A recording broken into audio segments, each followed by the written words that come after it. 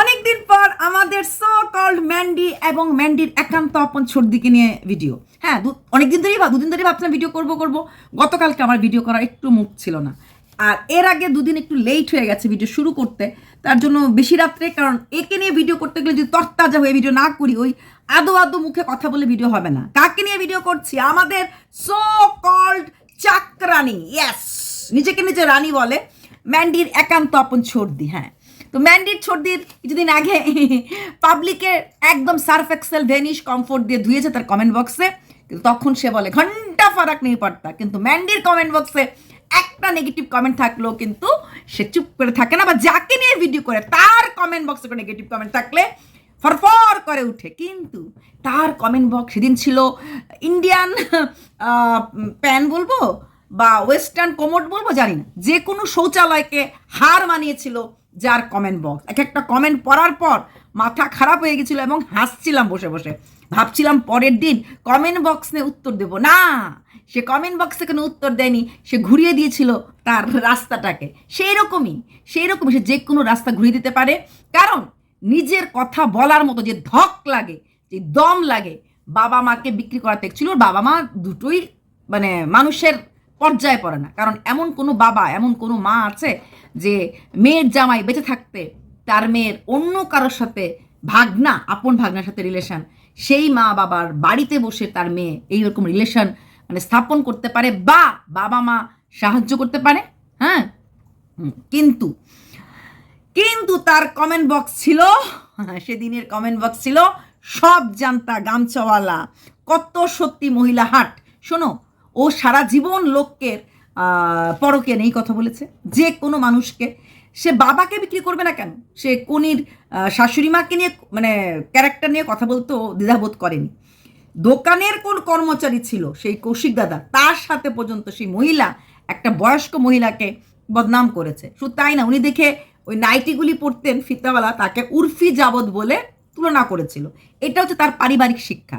যে মানুষের মা শাশুড়িকে নিয়ে কথা, কনিকে নিয়ে আমিও তো নেগেটিভ ভিডিও করেছি, ও শাশুড়ি মাকে নিয়ে একটা কথা বলেছে এই ধরনের, বলবো বলে ভাবতেও পারি না, সে ভাবতে পারে। সে যখন অন্যের মাকে নিয়ে বলতে পারে, অন্যের শাশুড়িকে নিয়ে বলতে পারে, যেরকম ম্যান্ডির মাকে বলছে আয়া কাজ করে, লোকের বাড়িতে কাজ করে, মানে মেয়ের বাচ্চা রাখার জন্য রাখে। ওর মাও তো সবাই জানে, ওর মাও ওর মেজো বোনের বাচ্চাটাকে রাখে, তাহলে ওর মাও আয়া কাজ করে, কারণ মেজো বোনের বরের পয়সা আছে। তো সেই মানে ঢালু পার্টি, তো সেই পার্টি থেকে টাকা পয়সা রোজগার করার পর সেটা দেওয়া হয়। হ্যাঁ, আর মেজো বোনকে দেখেই তো তার আরও বেশি ফাটছে যে মেজো বোনের এত সুখ মানে মানে বোতল পার্টি ফার্টি করে, ওর কাছে তো সুখ মানে বোতল, ওর মানে সুখ মানে হচ্ছে নোংরামি। সেগুলির মেজো বোন দারুণভাবে করতে পারে, তার জন্যই বলতে পারছে। তারপরে ছিল তোর মুখে থুতু ফেলতে এখন ইচ্ছা করে না, ঘৃণা লাগে, ছি ছি নষ্টা, এই ধরনের ছিল কমেন্ট। ছি ছি ঘেন্না লাগে, নষ্টা। তারপরেও তোমরা ভাবছো যে ওর কমেন্ট বক্স এরকম নোংরা দেখে ওর খুব কষ্ট হয়েছে বা ওর খুব ইসে হয়েছে না।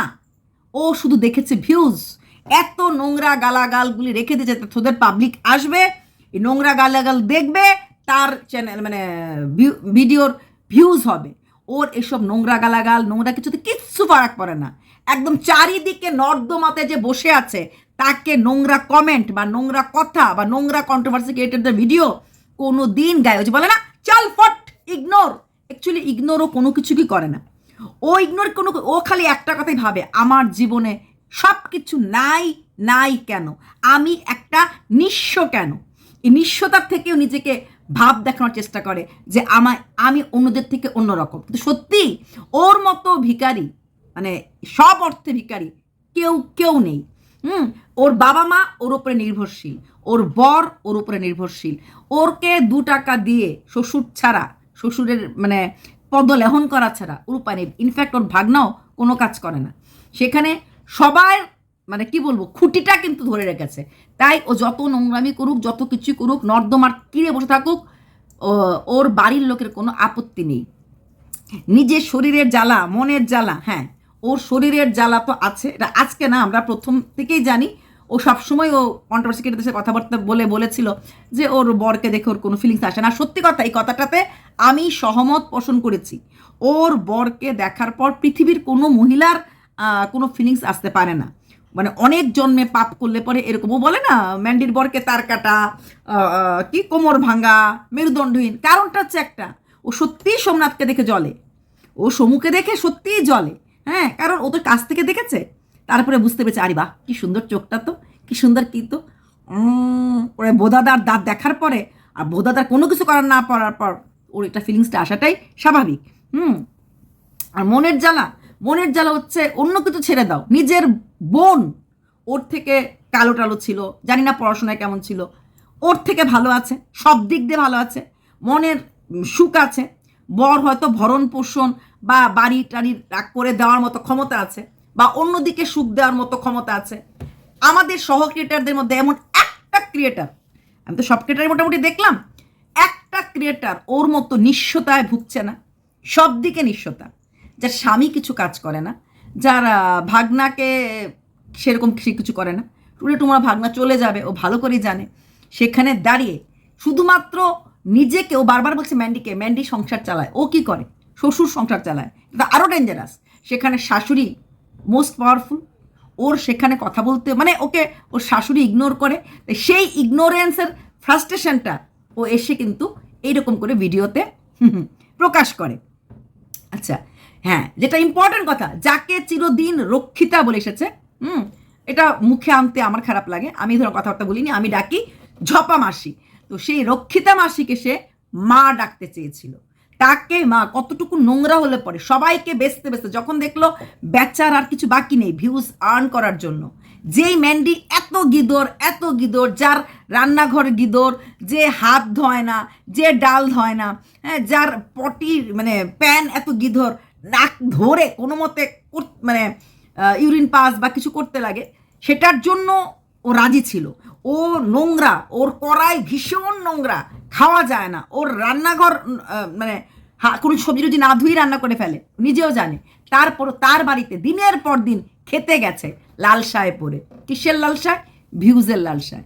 একটা মানুষ গিদর, একটা মানুষ চরিত্র ঠিক নেই, একটা মানুষের মার চরিত্র ঠিক নেই, একটা মানুষের বাড়ির প্যান খারাপ, যেখানে বসে কিছু করা যায় না, তার বাড়িতে রাত রাখতে চলে গেছে, কারণ ওর পয়সায় মন্দারমণি গেলে ভিউজটা উঠবে। বুঝতে পারছো তো কে কতটা অসহায়?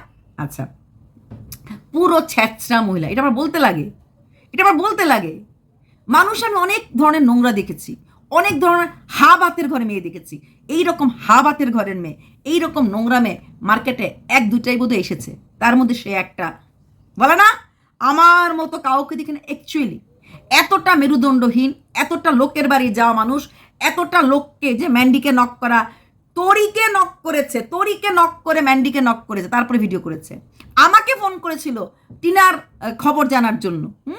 সেখানে টিনা কই পাবো গো, টিনার ফোন আমাকে পাবো কেন? ভিডিও আমরা করি না, নাই বা হলো সেরকম ভিউজ করি তো, মানুষের বাড়িতে ব্যাগ উঠিয়ে গিয়ে মানুষের গোপন সূত্র খবর বলে। চিন্তা করো, 6 মাসও বোধহয় গ্রুপে ছিল না, কিন্তু আজকে বিগত 6 মাস ধরে সেই গ্রুপের কল রেকর্ডিং চ্যাট বলে বলে বিক্রি করে যাচ্ছে, কারণ ও ঢুকেছিল বিক্রি করার জন্য।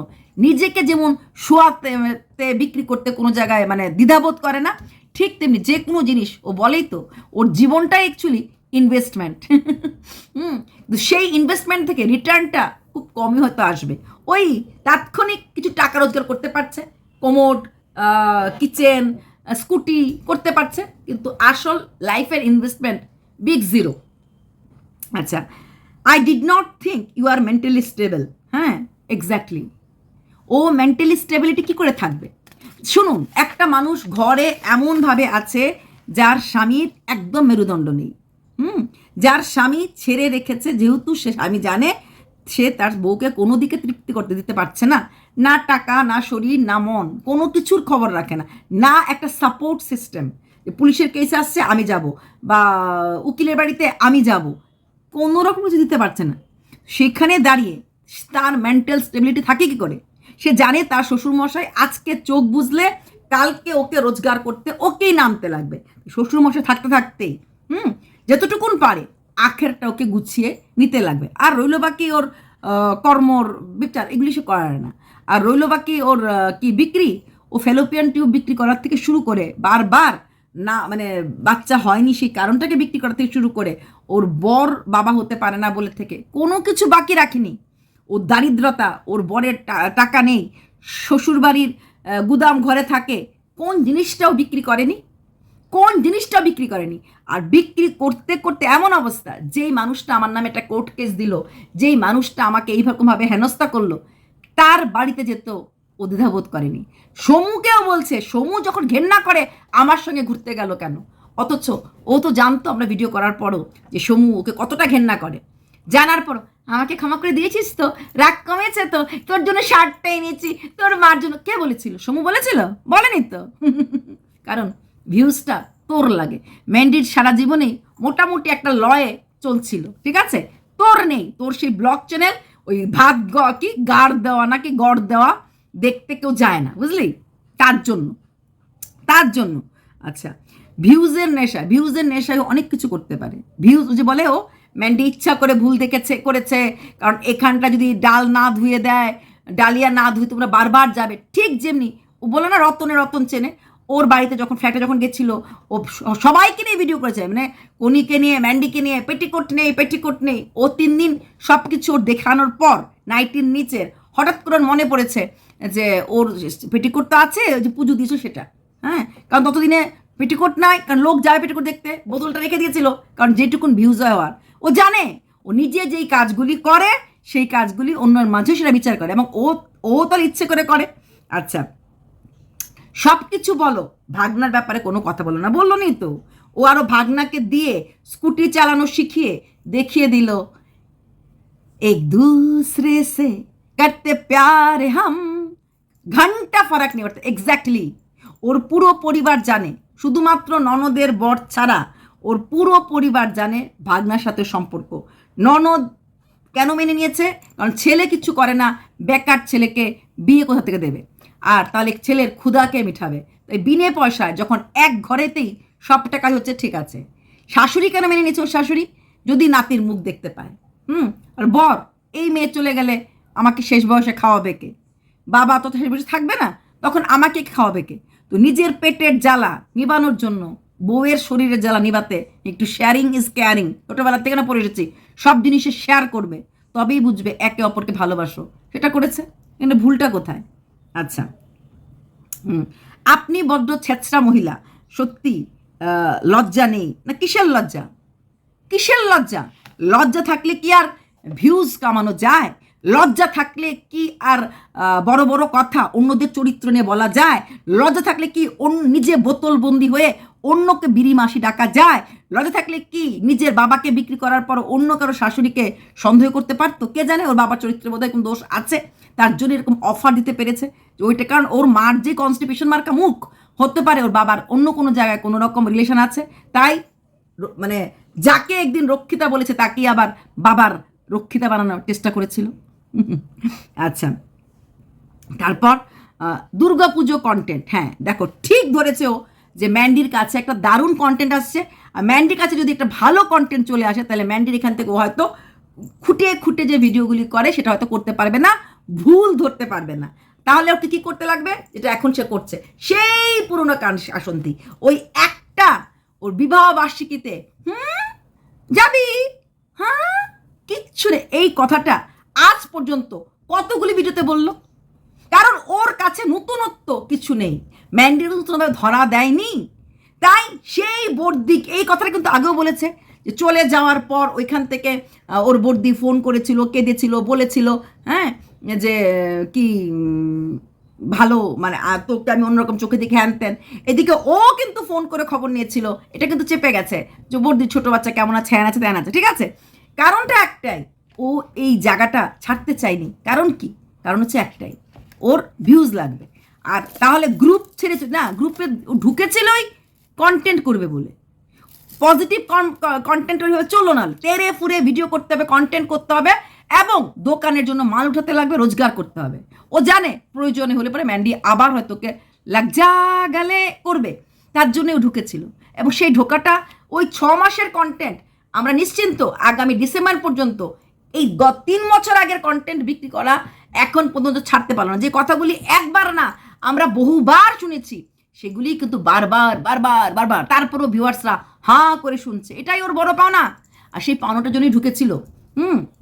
প্রতিমো তারপর যেরকম ও বললো মালিনী, হ্যাঁ মালিনীর জন্য ওর খুব এখন ফুটছে। কারণ কি, হয়তো ভবিষ্যতে মালিনী যদি ম্যান্ডির সাথে একে একে দুই না হতো, তাহলে ও আবার ওর জন্মদিনে বা, কারণ মালিনী মানি হচ্ছে সোনার গিফট। হ্যাঁ, তো সেখানে মালিনীর বাড়িতে গেছে, দেখ কত বড় মন হলে মালিনী ওর জিনিসপত্র সেলাই করে দেয়, তারপরেও পয়সা নেয় না।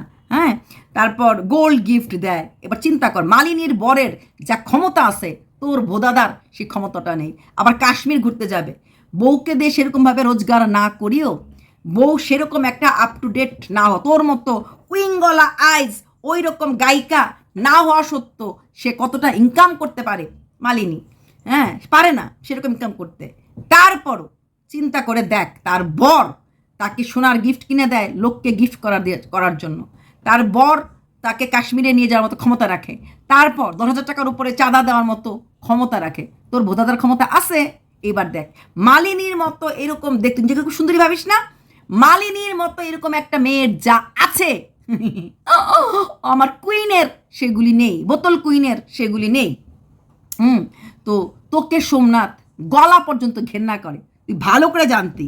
তারপরও তুই কেন গেলি ওর বাড়িতে, তারপরও তুই কেন ঘুরতে গেলি? দেখ, তোর চিন্তা হচ্ছে সমু কেন নিচে গেল না, তোর চোখটা শুধুমাত্র পরপুরুষের দিকে যায় কেন রে? তোর ভাগনা, তোর ভোদা দুজন তো আছে। সমু তো তুই জানিস ডায়াবেটিস পেশেন্ট, আসলে তো কিচ্ছু না। তোর লক্ষ্য হচ্ছে বারবার বারবার এই কথাগুলি বলে, যেহেতু তুই জানিস সমুর এই জায়গাটা উইক পয়েন্ট, সমু এই জায়গাটা শুনলে পরে নিজেকে আটকে রাখতে পারবে না, তাই তুই বারবার বারবার এই কথাটা বলে তাকে আরও বেশি টেনশন দেওয়ার চেষ্টা করছিস। কতটুকুন ঘর ভাঙানি পথ জ্বালানি মহিলা হলে পরে এরকম কাজগুলি করতে পারে। হ্যাঁ, রইল বাকি সেলফ রেসপেক্ট। তোর রেসপেক্ট আবার সেলফ, তুই জানিস কাকে বলে সম্মান, কাকে বলে তোর বাপ জানে, তোর ঠাকুরদা জানে, তোর 14 গোষ্ঠীকেও জানে আত্মসম্মান বা সম্মান কাকে বলে? যদি আত্মসম্মান আর সম্মান থাকতো না, তুই একটা চেনা না জানা না কোনো মানুষকে এইভাবে তুই ফোন করতে পারতি না। তারপর তোকে ম্যান্ডি অ্যাভয়েড করার পরও তুই ম্যান্ডিকে যেচে ফোন করেছিলি। চোপা তোর সঙ্গে দেখা করতে যায়নি, তারপরে চোপাকে নেগেটিভ ভিডিও করার পরও তুই চোপাকে ফোন করেছিলি। তুই আর রেসপেক্ট বাইনোকুলার দিয়ে দেখলো তো বোঝা যাবে না তোকে পৃথিবীর কেউ রেসপেক্ট করে? জীবনে কাউকে রেসপেক্ট পেয়েছিস? তোর সাথে ক্যামেরায় আসতে অনেক ভদ্র মানুষই চাইবে না। হ্যাঁ, আর এখন তো যাদের মধ্যে 1% সেন্স আছে, হ্যাঁ, এটা তো আরও আগে চাইবে না। তারপর কি বলেছিস, সব কিছু ম্যান্ডি করেছে ওই বাড়িতে, খাওয়া দাওয়া মানে মালিনীর বাড়িতে সব কিছু করেছে শুধুমাত্র কন্টেন্টের জন্য।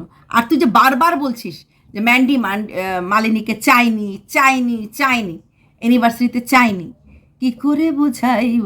চিন্তা কর, তার মানে কি বোঝালো? ম্যান্ডি তো জানতো মালিনী আসা মানেই ম্যান্ডিকে গোল্ড গিফট দেবে। ম্যান্ডি তো জানতো মালিনী আসা মানে ওর প্রচুর আগের বার দেখেছি মালাটা কিছু নিয়ে এসেছে।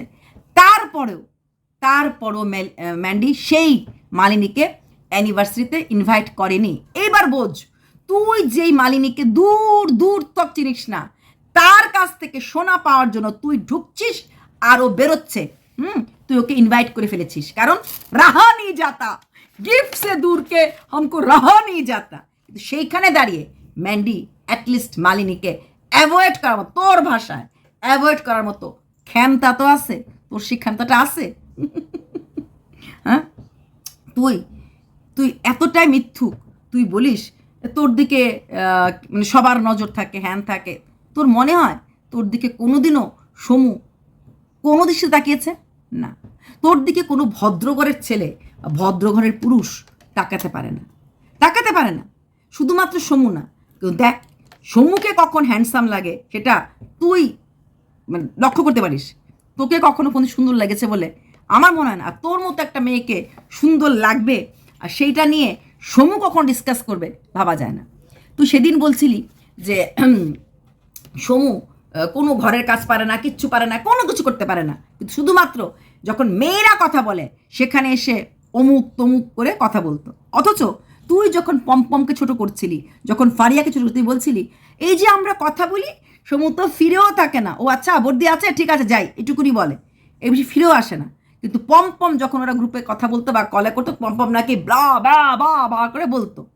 এখন তুই বলছিস এই সমু নাকি গ্রুপের মাঝে এটা বলেছে ওটা বলেছে। তাহলে তোর মতো মিথ্যাবাদী জোচ্চোর ভিউজ মানে নোংরাভাবে নোংরামি ভিউজ আছে তুই তোর কথাতে। তুই প্রথম তুই বলতি পম পম যা কিছু করছে কন্টেন্টের জন্য করছে, পম পম যার কিছু করছে লোক দেখানো ভালোবাসা, কারণ ফারিয়া রোজগার বেশি। তারপর তুই সেই বললি দেখ পম্পম থেকে শিখ কী করে বউ সেবা করে, কীভাবে বউকে যেতে হয়। তোর কোনটা সত্যি বলে নেবো? তুই পম্পমকে মালতী মাসি বলেছিলি, তুই বলেছিস সমু কখনো গ্রুপে কথা হাজারটা কথা বলে ফিরেও তাকে না, খালি বলে ভোট দিয়ে আছে নেই। এখন তুই বলছিস সমু জিজ্ঞেস করবে এটা ওটা বা যে কোনো কথা হলে সেখানে বসে ও একটা বাইরের থেকে একটা ওই ফোরন দিত বা ফোরন কাটতো কোনো ব্যাপার হলে। তাহলে তোর কোনটা সত্যি বলে দেবো? আর তুই নিজেই বলেছিস ওর ভয়েস মেসেজগুলো তোর কাছে আছে, সমু এটা বলেছে সেটা বলেছে। তাহলে কোনটা সত্য ধরবো? কোনটা সত্য ধরবো? উত্তর দে। হ্যাঁ, তোর মতো নোংরাকে যারা সাপোর্ট করে এদের পারিবারিক শিক্ষা বা সামাজিক শিক্ষা নিয়ে পার্সোনালি আমার খুব ডাউট আছে। আচ্ছা, কালকে তুই আর কোনো কিছু পাচ্ছিস না, কারণ পাবলিক এই ভিডিও টু ভিডিওর কন্টেন্ট নিয়ে এত চিন্তা করে না, কারণ ওটাতে এত ছোটেন। তার জন্য তুই লোকের বাড়িতে ছুটিস গোপন কথা গোপন রহস্য বা কল রেকর্ডিং বিক্রি করার জন্য। তো এখন একটা 3 বছর আগের ঘটনা তুই পুরোটা রিপিট টেলিকাস্ট করে ফেলেছিস, যা বলার বলে ফেলেছিস। এখন তোর ওই গ্রুপের কথা মোটামুটি বলে ফেলেছিস। এখন তুই কি করলি? মালিনী শেষ, আকাশ পাপড়ি শেষ। এখন তুই বলছিস ম্যান্ডি বলেছে প্রিয়া আর মৌকে টেনে আনলি, কারণ প্রিয়া আর মৌ কারোর হাতে রান্না ভালো না ও বলেছে। তুই তো বলেছিস যে জিনিসটা ভিডিওতে দেখায়নি বা যে জিনিসটা ভিডিওতে কথা তুই বলিসনি সেটা নিয়ে কোনো কথা উত্তর দেওয়ার তো কোনো প্রয়োজন নেই। তাহলে ম্যান্ডি কেন উত্তর দেবে? ম্যান্ডি কেন উত্তর দেবে? তোর বাবা আর ম্যান্ডির মাকে নিয়ে যে বিয়ের আলাপের কথাটা হয়েছিল সেটা তো ভিডিওতে দেখাসনি না, তুই দেখেছিস না ম্যান্ডি দেখেছিস। তাহলে তুই যখন বলছিস যেই কথাটা তুই ভিডিওতে কখনো দেখাসনি তোর ভাগনার সাথে প্রেমটা, তুই উত্তর দিবি না, তাহলে তুই কি করে তোর মা মানে নূতন মা যাকে তুই গ্রহণ করতে চেয়েছিলি তোর বাবাকে ডিভোর্স করিয়েছে সেটা তো তুই ভিডিও দেখাসনি, সেই কথাটার তুই উত্তর কেন দিতে গেলি? নিজের পয়েন্টে কখন থাকতে পারিস? যেহেতু কুইন বলিস তোর একটা কথা যেটা সকালে বলিস সেটা বিকালে রাখতে পারিস না, বিকালে বলিস পরের দিন সকালে রাখতে পারিস না। বুঝতে পেরেছিস? তুই নিজে বলেছিলি যে যে জিনিসটা ভিউয়ার্স ভিডিওতে আমি দেখাইনি সেটা নিয়ে আমি কোনো কথা বলবো না, যেহেতু আমি ভিডিওতে দেখেছি আমি সেটা নিয়ে কথা বলতে বাধ্য। তাহলে তোর বাপ আর ম্যান্ডির মা নিয়ে যে কথাটা হয়েছে এটা তখন ভিডিওতে হয়নি, সেটা নিয়ে তুই কেন ক্ল্যারিফিকেশন দিতে আসলি? সব কিছু নিয়ে তুই লোকনাথ বাবা ধরে ছুঁয়ে বলতে পারিস এটা হয়েছিল ওটা বলেছিল হ্যান বলেছিল, শেরুর নামে দিব্যি দিতে পারিস। তাহলে ভাগনার ব্যাপারটা নিয়ে তুই কেন পারছিস না? লোকনাথ বাবা বলেছে আয় মিথ্যা দিবি না, না শেরু বলেছে? কে বলেছে? আর রইল বাকি ভাগনা তোর কোমর জোরে ধরিয়েছে, ভাগনা তো কোমর জড়ানোর জন্যই তোর কাছে এসেছিল, এটা তুই বুঝতে পারিস না? তুইও বুঝতে পেরেছিস আর তুইও তো এই সময়টা এনজয় করেছিস। আর বোদাদা ওখানে বসে বসে করছিল, আর কিছু না। আচ্ছা, আজকে তুই বললি যে লোককে কমিউনিটি দিস আর দিয়ে সেরে তাদের তোর কাছে আসে স্বার্থের জন্য। তোকে কে কোন দিন রিকোয়েস্ট করেছিল বলতো কমিউনিটি দেওয়ার জন্য? মিলিজ ব্লগ মিলি যে সে তোকে রিকোয়েস্ট করেছিল? তুই তার নাম্বার শিল্পীর থেকে খোঁজ করে নিয়েছিস, তারপর তুই কমিউনিটি দিয়েছিস। তুই নিজে বলিস যে ভিডিওগুলি তোর ভালো লাগে তাকে তুই কমিউনিটি দিস, তাছাড়া বাকি রুনা টুনা যাদেরকে তুই কমিউনিটি দিয়েছিলি, কারণ সেই সময় তোর এগেনস্টে মামি মোয়ে মোয়ে এবং অনেক কিছু নিয়ে প্রচুর কথা হচ্ছিল, তাই তোর প্রয়োজন ছিল তুই লোককে প্রয়োজনে কমিউনিটিতে দিয়েছিস। তোর প্রয়োজনে তুই লোককে ফোন করিস। তোর কাছে আজ পর্যন্ত যেচে একজন কন্ট্রোভার্সি ক্রিয়েটর যায়নি, কারণ বাকিদের সবার ঘরে ভাত জল দুধ চা আছে, তুই নিঃস্ব সব দিক দিয়ে, তোর নিঃশ্বাসে বিষ। হ্যাঁ, তুই সঞ্জয়কে উঠতে বসতে বেজামা বলিস। একটা মানুষের ছোটবেলায় যে ছেলেটা বাবা হারিয়েছে তার একটা সবচেয়ে দুর্বল জায়গায় তুই আঘাত করিস। তোর মতো নেমো খারাম এই সঞ্জয়কে তুই দিনের পর দিন কাজে লাগিয়েছিলি তোকে যারা ছোট করে তাদের হয়ে ভিডিও করার জন্য। হ্যাঁ, আর সেখানে দাঁড়িয়ে আজকে সে বেজন্মা, কালকে যে ভাই থাকে আজকে সে বেজন্ম হয়, কালকে যে বনু থাকে আজকে সে কন্টেন্ট হয়, কালকে যাকে তুই কমিউনিটি দিস যে স্বার্থের জন্য, যখনই স্বার্থে একটা ছোট্ট আঁচ লাগে তার থেকে তুই দূরে চলে যাস। তোর মতো নিমক হারাম, হ্যাঁ তোর নামে মানে নমক হারাম বলা মানে লবণটাকে অপমান করা হবে, তোর নামে লবণটা বলা হয়। আচ্ছা শোন, তো সেই সঞ্জয়ের বাবা ছোটবেলায় গত হয়ে গেছে, তাকে তুই বেজন্মা বলছিস। তোর তো বাপের ঠিক ছিল, তাই না? যদিও তোর বাপের ঠিক আছে, তোর মা কয়টা আমার ডাউট আছে। তো বলি, সেই বাপটা, জন্মদাতা বাপটাকে কেন বিক্রি করতে গেছিলি? তোর বাপের চরিত্রে কেন দাগ লাগাতে গেছিলি? বাপকে নিয়ে কেন খেলতে গেছিলি? মানুষকে নিয়ে বলিস যৌবনের এডিট, যৌবন এডিট। এখন তোর যৌবন তো তোর তো নেই, মানে ঢলা হওয়া যৌবন বা ঢালতা হওয়া সুরাজ, তার এডিট তুই কোথায় বসে করিস? স্কুটিতে? ঢালতা হওয়া যৌবনে এডিট স্কুটিতে বসে করিস? লোককে বেজন্মা বলিস আর নিজের বাপকে বিক্রি করিস? লোককে কমিউনিটি দিস তোর স্বার্থের জন্য, আর লোককে কমিউনিটি ধমকা দিস। শোন, তোর কাছে আজ পর্যন্ত আমি খবর পাইনি যে একটা কন্ট্রোভার্সি ক্রিয়েটার বা কোনো ব্লগার, দেখ আমাদের সঙ্গে ব্লগাররা যোগাযোগ নিজের থেকে করে, আমরা কাউকে হ্যালো হাই বলি না। তুই এতটাই অসহায়, তুই সবার বাড়িতে যাস, তোকে লাথি মারে, তারপরে আবার যাস। টিনা তোকে লাথি মারলো, তো দেখা গেলো না, তারপরে তুই বলছিস চলে আয়, এখানে আসলে কন্টেন্ট হবে। তোকে নিয়ে ফোকলা নোংরার থেকে নোংরা কথা বললো, একটা মহিলাকে নিয়ে এত নোংরা কথা বললো। পম পম তোকে নিয়ে বললো আমায় চুষে চুষে খা, আমায় গিলিয়ে গিলিয়ে খা। তুই এতটাই তো লোভ, তোর বলবি এখন ইমোশন। ইমোশন যার মোশনের ঠিক নাই, তার ইমোশন আছে। তুই চলে গেলি সেই ফারিয়ার বাড়িতে, কারণ ফারিয়ার প্রেগনেন্সির কন্টেন্ট করতে হবে। তুই কন্টেন্টের জন্য, ভিউজের জন্য নিজেকে তো বিক্রি করেছিসই, আর সমস্ত মানুষের বাড়ি চলে যেতে পারিস। বুঝতে পারছিস? যাকে তো দিন রাত লালবাগ বলিস, তার বাড়ি তো আসতে চেয়েছিলি। তোর আছে সিদ্ধারা, তোর আছে মেরুদণ্ড, তোর আছে সেলফ রেসপেক্ট। সেলফ বানানো জানিস? আজকে বারবার বলছিলি কনভেন্স করতে চেয়েছিল। ডিয়ার ভিউয়ার্স, আমাকে কনভেন্স করতে, ইট ইজ নট কনভিন্স। আংরেজি বলিস, তুই এখন বলবি আমি কোনো অক্সফোর্ডের না, তুই কোনো কানেরই না, তুই কোনো জায়গারই না, তুই শিক্ষার নামে কলঙ্ক, তুই নারী জাতির কলঙ্ক। বুঝতে পারিস না? ভাগনা সন্তান তুল্য। হ্যাঁ, শ্বশুরের বাড়িতে বলতি না ফারিয়াকে, দেখ তোর মতো গেস্ট বউ না, শ্বশুরের বাড়িতে বসে আছি একসঙ্গে, দুইটা শ্বশুর বানিয়েছি। এইরকম কর্ম, এইরকম ক্যালেসমা কজন দেখাতে পারে? এক বাড়িতে দুই শ্বশুর নিয়ে কটা মেয়ে ঘর করতে পারে তোর মতো? হ্যাঁ, তুই আবার নিজেকে রানী বলিস? কত তোর মা জানি তো, যখন তুই পেটে ছিলি কত জায়গার নোংরা আবর্জনা জানি খেয়েছিল। বলেছিলি না ঘরে খাওয়ার নেই, খুব অভাব, আমার মনে হয় যা পেয়েছিল তাই খেয়েছিল। তাই তোর মতো একটা আবর্জনা যুক্ত মানুষ এই সমাজে এসেছে, সমাজটাকে ধ্বংস করার জন্য। তুই যেদিকে যাবি, তুই যার জীবনে যাবি, তুই যেই কন্ট্রোভার্সি ক্রিয়েটারের পাশে থাকবি, তার জীবনটা শেষ হয়ে যাবে। তোর নিঃশ্বাসটাতে যে কতটা দূষিত, এয়ার পলিউশন হার মানাবে, বুঝলি? আজকে সবাই তোর বরকে দোষ দেয় কিছু করতে পারে না বলে। তোর বর আসলে অনেক কিছু করতে পারল হলে, যদি তার জীবনে তুই না আসতি। হ্যাঁ, ভাগনাটার ভবিষ্যৎ পুরো অন্ধকারে তোর ননদ নিজের হাতে ছেলেকে ঢেলে দিল এইসব নোংরামি করার জন্য। কি ভেবেছিস জানি না? একটা মা হয়ে তার ছেলেকে ঠেলে দিল কেন? ছেলে বিয়ে পাগলা, যদি বিয়ে করে রোজগার নেই, খাওয়াবে কি, তার জন্য ঠেলে দিল। যা, বাড়িতে একটা আছে, কোনো মতে কাজ সেরে ফেল। তো তুই হচ্ছিস টোটালি বিষ।